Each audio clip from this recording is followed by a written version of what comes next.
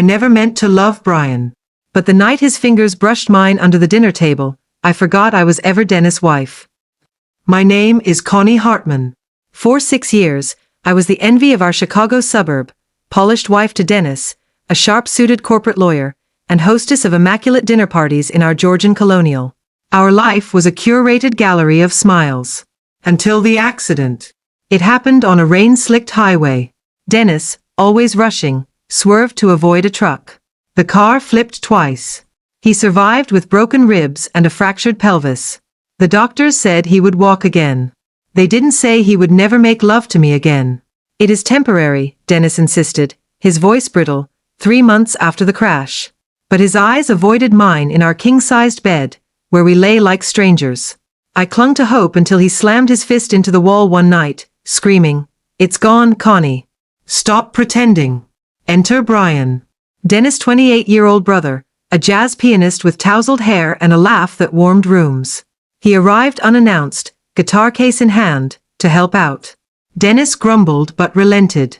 Brian cooked spicy gumbo, filled the house with vinyl records, and joked about my military-grade tidiness. Then, the unthinkable. One wine-heavy evening, Dennis gripped my wrist, his breath sour with Cabernet. "You need things," he spat. "I won't have you sneaking around. So take Brian. He is discreet." I recoiled. "He is your brother. Better him than a stranger." His voice broke. "I can't lose you." I wept. Brian avoided me for days. Until Friday, when he cornered me in the laundry room, his cologne mixing with the scent of detergent. "He asked me too," Brian murmured, leaning against the dryer. I said no. "But then I saw you cry." His thumb grazed my cheek. "I do not want to hurt you." I should have pulled away. Instead, I kissed him, a desperate, salt-tinged kiss that ignited months of longing. That night, Brian's hands traced the scar on my hip from childbirth, a scar Dennis called unseemly. "It's beautiful," Brian whispered, like he meant me. When I woke at dawn, his arm draped over me, I prayed Dennis would never walk again. Guilt tastes like coffee. Black, bitter, scalding. I drank it every morning while Brian's scent lingered on my skin. The first week after that night in the laundry room, I scrubbed the house raw. I polished silverware Dennis' mother gifted us, reorganized Brian's chaotic vinyl collection, and bleached the kitchen tiles until my hands cracked. Anything to avoid the truth. I craved Brian's laugh more than my husband's approval. Brian stayed away, too. He took midnight walks, left half-written songs on the piano, and smiled at me like I was a lit fuse. But on the 8th day, he cornered me in the kitchen, his voice low. "You keep running, Connie." "Why?" I gripped the counter, staring at a knife block. "Because I do not want to break your brother." He stepped closer. The refrigerator hummed. "What about breaking yourself?" His hand brushed my waist. I spun, slapping him, too hard. His cheek reddened, but his eyes darkened. "Do that again," he dared. I kissed him instead. It was not like the first time. Desperate, angry. This was slow, deliberate. His hand slid under my sweater, calloused from guitar strings, warm against my ribs. When he lifted me onto the marble island, a coffee mug shattered on the floor. We did not stop. Dennis was at physical therapy. The house was ours. Brian carried me to his room, a converted guest space smelling of sandalwood and unfinished melodies. Sunlight cut through the blinds as he unbuttoned my jeans. "Tell me to stop," he said. I pulled him down. Afterward, I traced the tattoo on his shoulder, a jazz clef, inky and imperfect. "I got this after Mom's funeral," he said. Dennis called it trashy. "Dennis is wrong," I whispered. He laughed, bitter. "About a lot of things." I flinched. Brian cupped my face. "He does not see you. Not like I do." We became thieves. Stolen minutes in the pantry, breathless afternoons when Dennis worked late, muffled cries under running shower water. Brian memorized me, the freckle behind my knee, the way I arched when he whispered mine. Dennis noticed nothing. But I did. My husband started smiling again. He bought me lilies, my least favorite flower. "The doctor says the nerve damage might heal," he said one night, squeezing my hand. "There is a new treatment." I dropped a wine glass. The lies piled up. I told Dennis I joined a book club. Instead, Brian drove me to Lake Michigan, where we made love in his battered van, waves crashing like our heartbeats. After, I cried into his leather jacket. I hate this, I lied. He wiped my tears. Then why do you keep choosing me? I had no answer. One October evening, Brian played piano, a haunting melody he called Connie's song. Dennis clapped, oblivious. I fled to the porch, shaking. Brian followed. You love me, he said, not a question. The wind howled. Inside, Dennis laughed at a football game. Yes, I said. The first time Brian said, I love you, I vomited. Not from disgust, from fear. Fear that he meant it. Fear that I did too. Winter clamped down on Chicago, icy and unrelenting. Brian's van became our refuge, its heater broken, our bodies the only warmth. We parked in abandoned lots, under skeletal trees, once even outside Dennis' law firm. The risk thrilled him. It suffocated me. Run away with me, Brian begged one December night, his lips on my collarbone. New Orleans. I have got gigs there. I shoved him off. Dennis is improving. He held my hand yesterday. Actually held it. Brian scoffed. He is trying to reboot his marriage like a damn computer. You're not a machine, Connie. But Dennis was changing. He quit working late, booked couples massages, even sang in the shower, a tuneless bellow that made me cringe. His doctor had him on experimental injections, testosterone thick as syrup. I feel alive again, he told me, squeezing my thigh under the dinner table. Brian watched, jaw tight, carving grooves into his steak. The pregnancy test came on a Thursday. I had missed 2 pills. Brian's fault. He had pinned me against the fridge one frantic morning, whispering I need you now, and I had let him.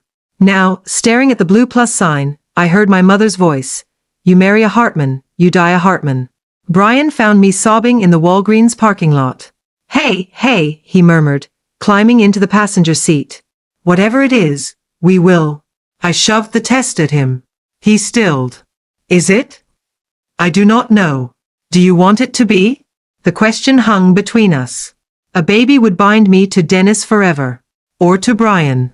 Or to neither. I need time, I said. He kissed my temple. I will wait. That night, Dennis opened a 98 Bordeaux, his recovery celebration. He drank deeply, his pupils dilated. The doctor says, it's working. His hand slid up my skirt. Let's try. My skin crawled. You're drunk. Please. His voice cracked. I need to know if I can be your husband again. I closed my eyes. Let him fumble with my zipper. Let him weep when nothing happened. After, I fled to Brian's room. He was shredding a guitar solo, shirtless, sweaty. Did he touch you? He growled. I didn't answer. He yanked me into a kiss, biting my lip until I bled. We crashed onto his mattress, anger and fear and want colliding. His hands were rough, his breath hot in my ear. You're mine. For the first time, I believed him. 2 days later, the bleeding started. Relief. Grief. Guilt. I flushed the evidence, then drove to Brian's gig at the Blue Note. He was mid-solo, eyes closed, fingers flying. When he spotted me, he segued into Connie's song. The room swooned. I ran to the bathroom and screamed into a paper towel. He found me crying. Not pregnant? I shook my head. He crushed me to his chest. Thank God. I stiffened. You didn't want it? Not like this. He cupped my face. Not hiding. New Year's Eve. Dennis popped champagne, humming Auld Lang Syne. At midnight, he kissed me, a sloppy, hopeful kiss. Over his shoulder, Brian mouthed I love you. I mouthed it back. The first time Brian vanished, I carved our initials into my thigh. Proof we existed. Dennis' laughter rang through the house, rich, unfamiliar, alive. He danced me around the kitchen, his hands possessive on my hips, while Brian's shattered coffee mug glittered on the floor like betrayal. A baby, Connie. Dennis breathed. A fresh start. I gagged on his optimism. That night, Dennis' touch felt like trespassing. He traced the scar on my hip, the one Brian worshipped. You're tense, he murmured, kissing my shoulder. Tiret, Elite. He rolled away. In the dark, I clawed at the bandage on my thigh, C+B, letting the pain anchor me. Brian disappeared for 3 days. No calls. No texts. Just a half-eaten sandwich rotting on his piano. Dennis joked, maybe he finally got laid, unaware I choked on every word. On the 4th day, Brian returned, smelling of whiskey and regret. He cornered me in the garage, eyes bloodshot. End it with him. I can't. Then I will. I grabbed his wrist. You will destroy us all. He yanked free. We're already ashes. Dennis' revival was relentless. He booked a weekend at the Drake, our honeymoon suite. Rose petals, champagne, Viagra. For confidence, he winked.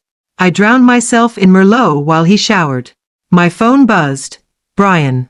Meet me. The hotel bar was all dim lights and sin. Brian sat hunched over a bourbon, his knuckles bruised. Got in a fight, he muttered. Some asshole called you a trophy wife. I laughed, sharp and broken. Aren't I? He slammed his glass down. Run. Tonight. My van's outside. The elevator dinged. Dennis' voice cut through the lounge. Connie? Brian kissed me, hard, hopeless, and fled. Lisa found me 2 days later. My best friend since college, now a hawk-eyed realtor with a nose for secrets. She stormed into my kitchen, slamming a photo on the counter. Brian and me, tangled in his van, frost etching the windows. Your neighbor's a paparazzi wannabe, she hissed. He's asking for 10 grand. Ice filled my veins. Lisa, please. End it. Or I will tell Dennis. I lunged for the photo. She snatched it back. You're not this girl, Connie. But I was. Dennis knew. He waited until midnight, shirtless, his new muscles flexing as he paced. Lisa came by. My heart stopped. She is worried about you. Says you're distracted. He gripped my chin. You would tell me if something was wrong, right? Lie. Of course. He believed me. Or chose to. Brian went nuclear. He crashed Dennis poker night, guitar slung over his shoulder, eyes wild. We need to talk. Dennis chuckled. Can't it wait? No. Brian smashed a beer bottle. It's about Connie. The room froze. I screamed from the hallway as they lunged, Dennis' fist crunching Brian's nose, Brian tackling him into the antique china cabinet. Shards of crystal rained down. Someone yelled, "Call 911. I fled. Lisa found me under the Lake Michigan pier, Brian's jacket my only armor. Choose, she said. Him or your life. I stared at the waves. What if I want neither? She slapped me. Grow up. Dennis' ultimatum came at 3 a.m., his split lip staining our Egyptian cotton sheets. End it, or I will ruin him. I touched his wound. You first. He recoiled. What? You made the rules. You don't get to change them now. His laugh chilled me. Watch me. I chose Brian. For 12 seconds. Then the world chose for me. Rain sheeted down as Brian revved the van's engine, glaring at Dennis' Porsche. Ram him, I begged. He's my brother, Brian snarled. Dennis climbed out, soaked, his face a mask of fury. Get out, Connie. Brian hit the gas. The van lurched onto the curb, clipping Dennis' bumper. Tires screeched. I screamed. Dennis gave chase. We swerved onto the highway, Brian muttering. Hold on, as the van shuddered. Dennis tailgate us, high beams blazing. Pull over. I cried. Not without you. Brian grabbed my hand. As Dennis sideswiped us. Metal screamed. The van fishtailed. Brian fought the wheel, cursing. Too late. We careened into the guardrail, flipped once, and slammed into a billboard of a smiling family. I woke to smoke and sirens. Brian hung upside down, blood dripping onto shattered glass. Stay awake. I clawed at his seatbelt. His eyelids fluttered. Paramedics pried me away. Dennis stood on the roadside, unharmed, screaming. Is she okay? Is my wife okay? They didn't ask about Brian. ICU waiting room. Lisa arrived first, mascara streaked. You idiot, she sobbed, hugging me. Dennis came next, reeking of bourbon. He didn't speak. Just sat across from me, staring at my bandaged hands. At 3 a.m., a doctor appeared. Mr. Hartman's in a coma. Brain swelling. We're not optimistic. Dennis broke. He crumpled, wailing. I did not mean to. I walked out. Brian's hospital room smelled like antiseptic and unfinished songs. Machines beeped. I pressed his cold hand to my lips. Fight, you bastard. Fight. His finger twitched. Or maybe I imagined it. Dennis appeared in the doorway. Come home. No. He would want you to. I laughed, jagged. You do not know him. Neither do you. He dropped an envelope on the bed, photos of Brian with another woman, dated 2 weeks prior. A waitress at the Blue Note. He was leaving you. The floor tilted. I went home. Not to Dennis, to our home. Brian's vinyls still gathered dust. His half-written lyrics haunted the piano. In the garage, I found his guitar case. Inside, a ticket to New Orleans, dated the day of the crash. 1 passenger. I burned it in the sink. Dennis served divorce papers with a bottle of pills. For the anxiety, he said. His eyes said take them all. Lisa took me in. We never spoke of Brian. Until the call came, 3 months later. He's awake, the nurse said. But there's damage. I hung up. I sit in our garden, tracing the scar on my thigh. C+B. Dennis remarried. Lisa sends Christmas cards. Brian plays dive bars in Memphis, his solos missing notes. Sometimes, I dial his number. Never hit call. Guilt is a house. I live here alone. Thank you for following Connie's journey through love, betrayal, and consequence. If this story gripped you, please like, share, and subscribe for more intense, emotionally charged tales. Your support keeps these narratives alive. See you in the next chapter of someone's secret life. Final note, every choice casts a shadow. Which one would haunt you? Let us know in the comments.